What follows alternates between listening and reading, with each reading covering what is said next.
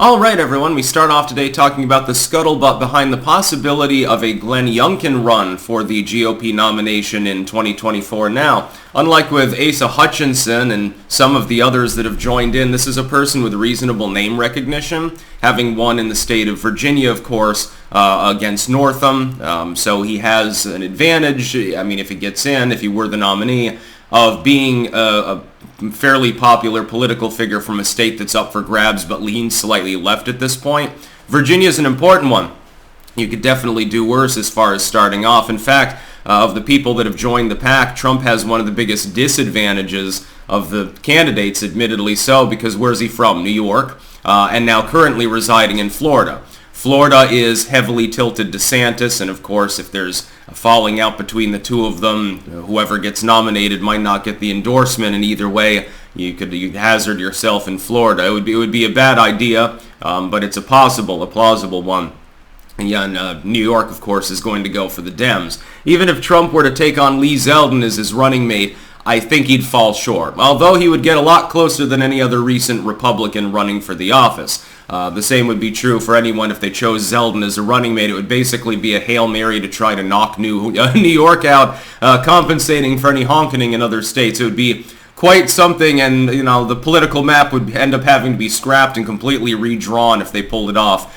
I'm just thinking that unless we sink into a depression or World War III or something at this point, I don't think that anything will cut deep enough to give them that 15 points that they would need there. Here's my analysis. Link in the description. Archived, of course. It's based on an ad that Youngkin put out. And it appears to be in the style of a campaign ad. He could be testing the waters. I think that Youngkin is waiting and seeing.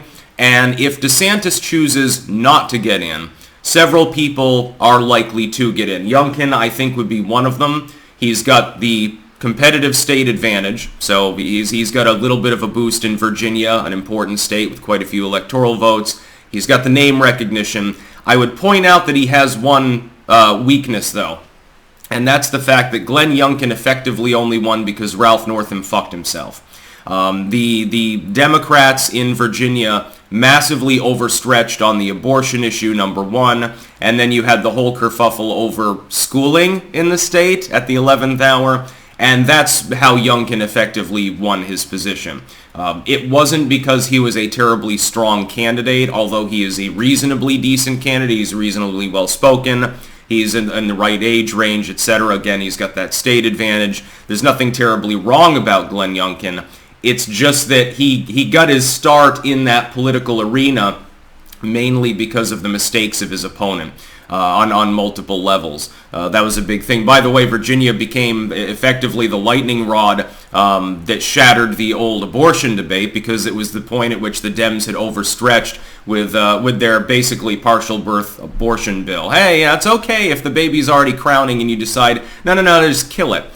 That appears to be effectively something that would be legal under the original Virginia proposition. It appears that would actually be the case. There would be no repercussions for it. I mean, we've got quotes from some of these people, some of these friggin' morons saying, well, the baby's born, then we can decide what to do after, too. Well, okay, so you're retroactively aborting someone who's already out of the womb, clearly viable at that point. You're not going to consider whether or not to abort the 3-month fetus because it's going to die. There's nothing you can do about it. So you're clearly referring to partial birth abortion, or in the most draconian and grotesque of cases, something that even a lot of diehard liberals, I think, would not support, which is post-birth abortion, aka murder. At that point, there's no longer a debate to be had. Glennyoungkin was the recipient of help by the Democrats overstretching. Now, he's lucky, because what did the Republicans almost immediately do on the issue? Oh, they went wackily off in the other direction, trying to counterbalance, and the Republicans have a tendency to do this. The Democrats dream up something that no independent voter supports. They lose huge amounts of support. What does the GOP do? Instead of holding its line, like on abortion, hey, it's a states' rights issue, we're going to have a debate about it. No, instead, Lindsey Graham and others come out and say, oh, well, now that Roe v. Wade's over, fuck the whole states' rights issue thing, we want a federal abortion ban. You do that a little bit before a major election. I think that he's a subversive turncoat, actually, when it comes to the supposedly populistic values that he magically wandered into after decades of being a solid fucking McCain neocon. I think that McCain may have had some dirt on him. I wonder what that could possibly be. Lindsey Graham's never been married. Anyway, that would really work in the 2000s GOP. I'm sure he would have gotten a lot of endorsements as a log cabineter. Glennyoungkin, in my opinion, will probably be based on whether DeSantis runs. If he gets in, then there's only really room for one viable anti-Trump candidate, especially someone who's going to do the cruise-like fence-sitting thing on MAGA. It would be, again, DeSantis has his own difficulties. Youngkin would be starting out in the single digits. Chris Christie's the other one. At least you've got the name recognition again.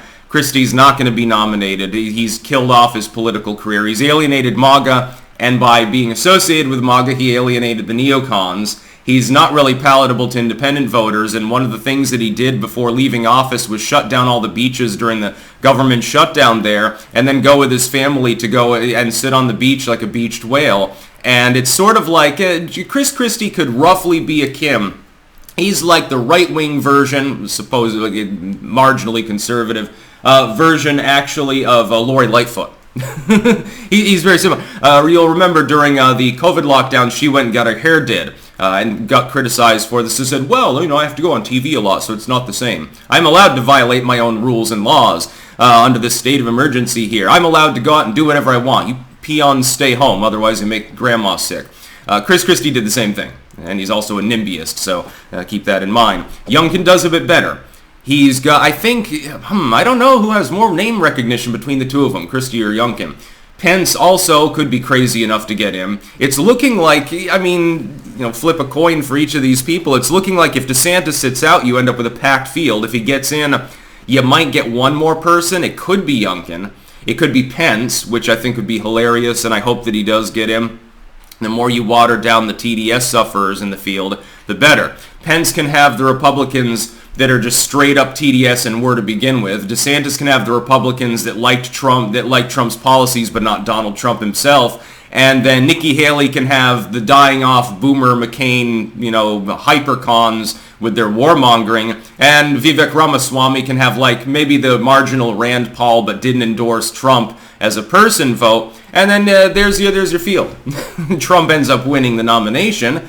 Probably after the first few states go for him, most people see the writing on the wall and say, even if they're not a big fan of Trump, okay, well, we're going to have to try it again, I suppose. So, we're getting back on the Trump train and not driving with DeSantis. By the way, pertinent to this, we'll be talking about the old DeSantis ad that several people have tipped me off about news coverage of. I find it hilarious. It's a little cringe, though, too. Honestly, from the Trump team, you could have done a bit better on this one. It could have been a little bit, you could have rhymed more words in your fucking jingle. Let's give him some campaign advice. Funny idea, not necessarily the greatest of carry-throughs, although it does have a pertinent point. That's about all. Peace out.